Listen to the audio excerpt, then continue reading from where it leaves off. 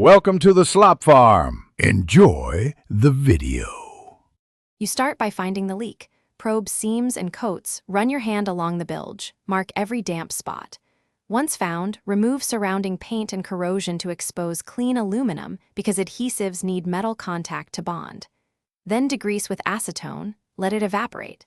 At this point, make sure you have the right epoxy and aluminum-filled paste on hand, plus protective gear. Begin with small test patches if unsure, because controlled trials prevent bigger mistakes later. Now you perform the actual repair. For pinpoint holes, open slightly with a 1/16 drill to clean edges. For larger gaps, shape a backing strip or use stainless mesh. Mix epoxy precisely, then apply in thin layers. Press the patch or mesh into the compound so it bonds mechanically as well as chemically. Once built up, feather the edges to reduce stress risers because smooth transitions resist fatigue. Finally, clamp or tape the repair and respect cure times and finish by sanding the cured repair to fair shape. Apply an aluminum-compatible primer, then paint for UV and corrosion protection.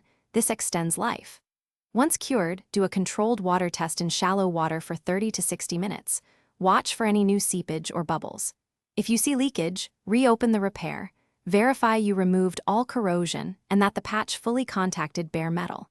If repeated repairs fail, consider a welded patch by a professional, because welding restores structural integrity. Thanks for watching.